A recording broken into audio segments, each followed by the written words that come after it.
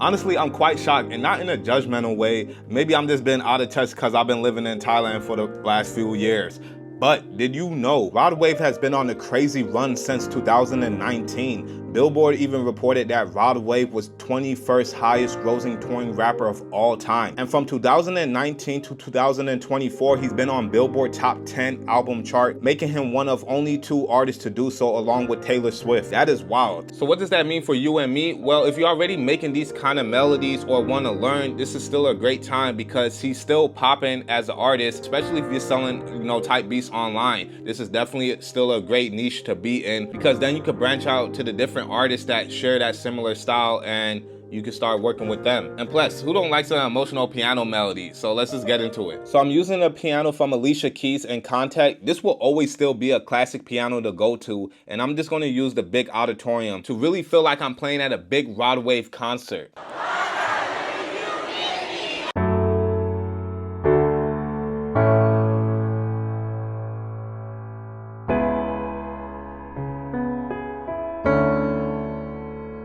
So right now I'm in the key of F sharp minor, which is just F sharp, G sharp, A, B, C sharp, D, E, F sharp. And I'm using the chord progression 1, 6, 3, and then going to the 5th, and then going to the 6th again. And this 6 is different from this 6. So if we hear this 6 versus this 6.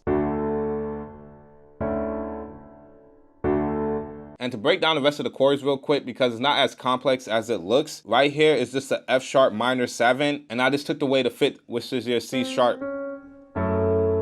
And you can see that that's it right here. This is just about voicing. Take away the 5th and, add another A up here. And this is just a regular D major triad. Got the octaves at the bottom. Got an A right here just to, mess with the voicing again. And then I go into an A major in this regular form. Like, you don't always have to just play different inversions. Like, you can really still play your block chords, as you can see, D major, then going down to A major.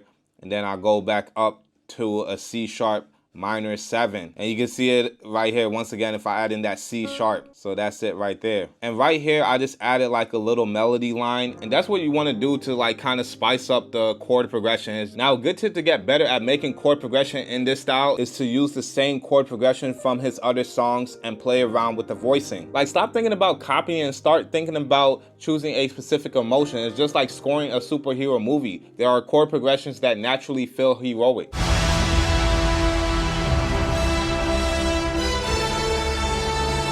And honestly, I don't think anyone approaches the piano the first time like, hey, I want to start making my own chords versus playing chords from their favorite songs. Now, before adding the top line melody, I like to bring in a few more elements to build a vibe for this track. So I'm using a vocal chop I got from Splice. When I hear your name, it's not the same. Is it just me? No. It felt so damn real. Was it just a game? Why did we? I love the tone of her voice and her lyrics, and you don't want to like pick out a vocal that has a lot going on and they're saying a lot of words. But in this instance, I actually don't like that there's a lot of space between her words, so I rearranged the lyrics so that it can fit better. Now it sounds like this. It felt so damn real. Was it just a game? It's not the same. When I hear your name, is it just me? Now, as far as sound selection, you definitely want a nice pad to layer the chords with. Surprisingly, Fable has some great pads, but the key here is to solo the pads so you don't really get the rest of the instruments, because it could kind of not fit or fit. You just got to play with it, but you'll get something like this. It felt so damn real. Was it just a game? It's not the same. When I hear your name, is it just me? And for all the other sounds, you really just want them to play lower than the piano, more in a texture kind of way, not like in a counter melody kind of way. Now for me, I really like the guitars in some of Rod Wave's songs, but since I don't have room on my computer right now to download the guitar library from Contact, I'm just going to use another splice loop. So I went ahead and found this one.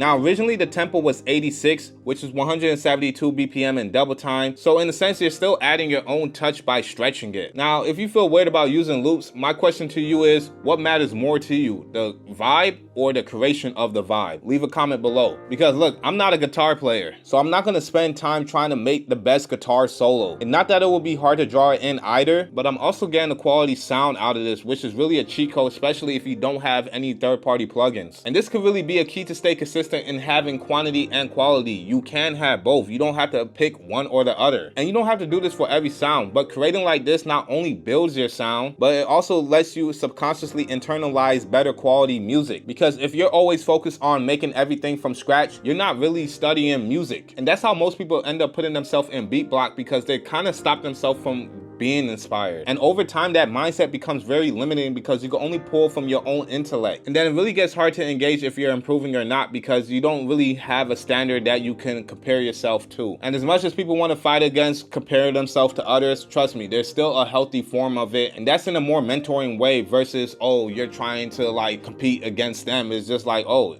I could actually do this. Okay, let me add that to my repertoire, and then you build. Now let's work on a melody. I left this part last because you could easily mess this up by doing too much. So adding other elements beforehand could really help, especially using the vocal chop, because then you can start to find the space of where you can put this melodic phrase at. So there's a couple things that if you listen to his songs, you're gonna hear those grace notes. But that tiny little moment adds so much character to what I'm playing.